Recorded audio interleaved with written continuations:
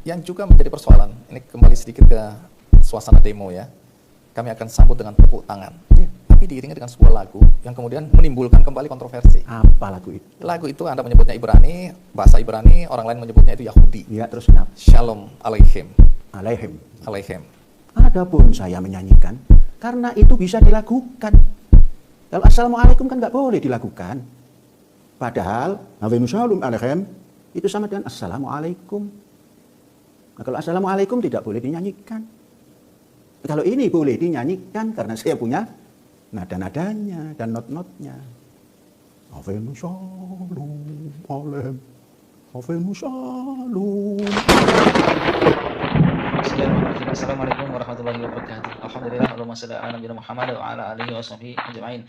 Teman-teman, semoga selalu sehat, semangat dan sukses selalu. Masih kita watawasau bil haq watawasau bis sabr. Mengambil faedah dari setiap kejadian, diantaranya adalah Pak Panji Gumilang yang ternyata belum sadar juga, belum insaf juga. Terutama atau diantaranya tentang salam, yang lebih suka dengan salam Yahudi. Salam apa itu tadi? Salam alaihim atau apa itu? Nah, dengan alasan karena jika menggunakan salam Islam, Assalamualaikum, yang diajarkan Nabi, atau lengkapnya Assalamualaikum warahmatullahi wabarakatuh, itu tidak bisa dinyanyikan. Iya, memang Nabi tidak mengajarkan dengan bernyanyi-nyanyi, karena Islam ini khususnya di dalam beribadah tidak dengan bernyanyi-nyanyi. Nabi, para sahabat Nabi dan ulama-ulama yang mengikutinya tidak suka bernyanyi-nyanyi, khususnya lagi apalagi tentang ibadah kepada Allah Subhanahu wa taala. Dan salam ini termasuk ibadah karena diajarkan oleh Nabi Shallallahu alaihi wasallam. Nah, teman-teman sekalian, kenapa Pak Panji ini menolak? Karena tidak bisa dinyanyikan. Artinya Pak Panji ini lebih mengedepankan akal di dalam beragama ini. Akal menganggap bahwa ada salam yang lebih bagus, perasaan yang digunakan. Sehingga pantas saja ya, Syekhul Islam Ibnu Taimiyah rahimahullah menyebutkan, Rasul itu datang dengan wahyu, minimal tidak digapai oleh akal dengan sempurna. Namun beliau tidaklah datang dengan wahyu yang mustahil bagi akal untuk memahaminya. Nah, seperti itu teman-teman sekalian. Jadi akal seharusnya tunduk pada wahyu, baik Al-Quran ataupun sunnah Nabi Shallallahu alaihi wasallam.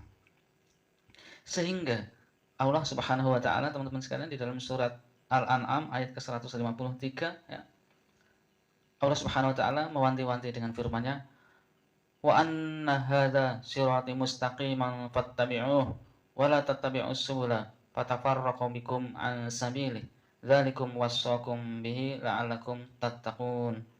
Dan bahwa yang kami perintahkan ini adalah jalanku yang lurus, maka ikutilah dia, dan janganlah kamu mengikuti jalan-jalan yang lain, karena jalan-jalan yang lain itu menceraikan kamu dari jalannya. Yang demikian itu diperintahkan Allah kepadamu agar kamu bertakwa. Ya, di antara jalan yang Allah wahyukan kepada Nabi, menjadi sunnah Nabi, jalan di dalam mengucapkan salam adalah Assalamualaikum, bukan dengan salam Yahudi. Maka jika melanggar apa yang diajarkan Nabi di dalam mengucapkan salam, maka akan terjadi cerai-berai seperti sekarang ini teman-teman sekalian ya. Kemudian apa akibatnya ya teman-teman sekalian, jika apa yang diajarkan Nabi itu tidak ditaati, jika apa yang dicontohkan Nabi atau yang diberikan petunjuk dari Nabi Sallallahu Alaihi Wasallam tidak diterima atau tidak diyakini ya, sehingga memilih cara yang lain. Maka Nabi di dalam hadisnya menyebutkan dari Abu Hurairah radhiyallahu anhu bahwasanya Rasulullah Sallallahu Alaihi Wasallam bersabda, setiap umatku akan masuk surga. Setiap umat Nabi Muhammad SAW akan masuk surga, kecuali yang enggan. Oh, ada yang enggan? Kecuali yang enggan, nggak mau masuk surga. Maka para sahabat pun bertanya, ya Nabi, siapa yang enggan untuk masuk surga itu?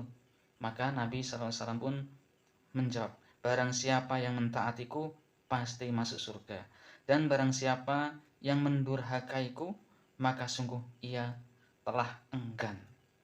Jadi sudah jelas ya teman-teman sekalian, siapa yang mentaati Nabi, salah satu urusannya adalah tentang mengucapkan salam, adalah dengan Assalamualaikum, nah, maka akan masuk surga. Dan siapa yang mendurhakai, tidak mau menerima apa yang diajarkan oleh Nabi SAW dalam hal ini tentang salam, dan memilih salam yang lain, padahal itu adalah salamnya, ciri khasnya agama lain, ciri khasnya bangsa lain, ciri khasnya orang kafir, maka dialah yang enggan. Enggan kenapa? Enggan untuk masuk surga. Jadi bisa diambil kesimpulan teman-teman sekalian bahwasanya akal dan perasaan tidak boleh melampaui, tidak boleh melanggar, tidak boleh melewati wahyu, tidak boleh melanggar apa yang Allah firmankan dan apa yang telah Nabi ajarkan. Tetapi akal, perasaan harusnya tunduk kepada wahyu, tunduk kepada Al-Quran dan Sunnah Nabi Shallallahu Alaihi Wasallam. Dan justru akal dan perasaan adalah semakin mendukung, semakin memahami dan semakin takut kepada Allah Subhanahu wa Ta'ala. Semoga bermanfaat dan insya Allah jumpa lagi di video berikutnya. Wassalamualaikum warahmatullahi wabarakatuh. Avenu shalom aleichem. Avenu shalom, shalom, shalom aleichem. Avenu. Kan asik itu. Ada ulama yang sangat tidak setuju karena menurut dia, pengalaman dia juga pernah belajar di Arab sana, bahwa lagu ini dinyanyikan pada ritual-ritual keagamaan, bukan cuma sekadar menyambut orang, tapi dalam prosesi agama ya di orang Yahudi itu adalah prosesi. Jadi kalau dinyanyikan di tempat yang salah, itu artinya mengikuti prosesi yang biasa mereka lakukan. Kalau itu terus dikaitkan dengan prosesi agama, tidak juga. Coba tengok ke Tel Aviv. Ketika turun dari kereta pesawat. Ya anak-anak muda, laki perempuan, shalom aleichem, nyambut. Dan itu hal yang salam seperti kita ini. Sama dengan tatkala kita mengadakan khutbah pakai assalamualaikum. Jadi assalamualaikum itu tidak digunakan di tempat-tempat yang ritual saja. Ketemu di jalan, assalamualaikum.